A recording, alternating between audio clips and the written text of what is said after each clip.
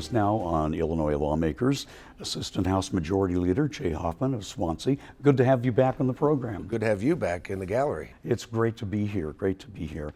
As we're talking, everyone, of course, is wondering about where are things with the budget. You're supposed to wrap up on May 24th. You've got until May 31st to do that. But there was, looks like an exercise in member management overnight. The Deputy Governor, Andy Menard, sent out a note to state agency heads that if some of those revenue enhancements that the governor asked for earlier in the spring don't pass, don't come to fruition, they may be looking at as many as $800 million in agency cuts this year. Well, this is all part of the process. As you know, the governor goes first. He does the budget address, and then the General Assembly, the House and the Senate, they have their appropriations hearings, and we're going through that process now, where you really go line by line to figure out how we can have a balanced budget.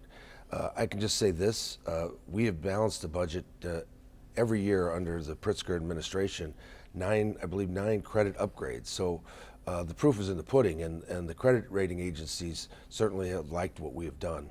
So we have to continue to work to get that balanced budget. Now, I don't know that I agree with the deputy governor on having to have all these revenue enhancements in order to have a balanced budget, but if we have to make some reductions, we'll make them. And you had relatively good news from the Commission on Governmental Forecasting and Accountability, as well as the governor's own revised revenue estimates. The state is not deeply in trouble when it comes to next year. No, and the one thing that we have to, I think we're smart about, is when we got all the federal money during the COVID era, we didn't really use that for operations. We used it for one-time things. So when we lost the federal money, other governments, state governments as well as cities and counties used it for operations, and that's caused a problem when the federal money went away. We didn't do that, and so we're not facing the same type of pressures as others. You made some headlines last week as Illinois Democrats moved an election reform bill through in less than a week, quickly signed by Governor Pritzker.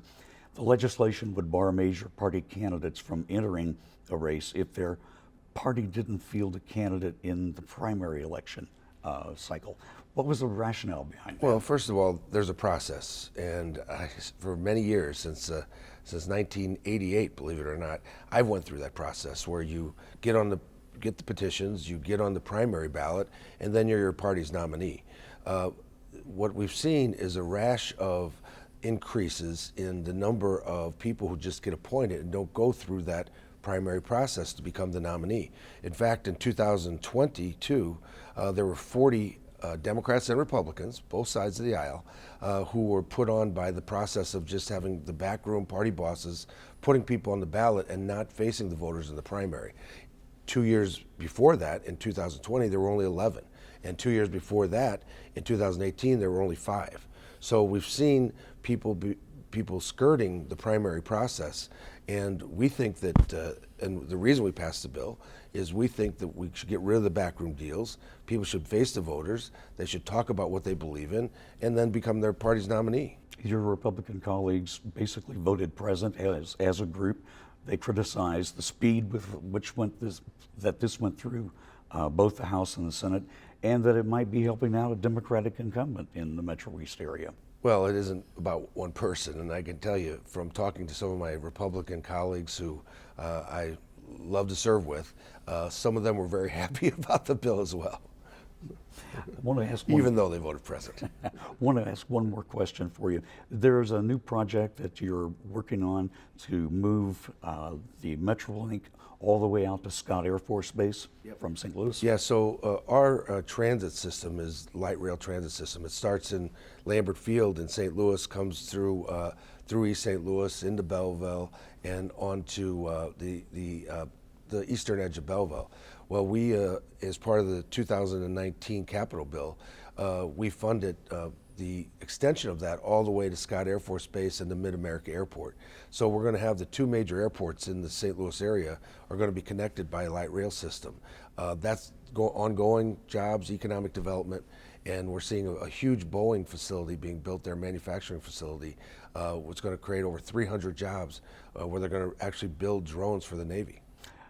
We'll wait to see how all that works out.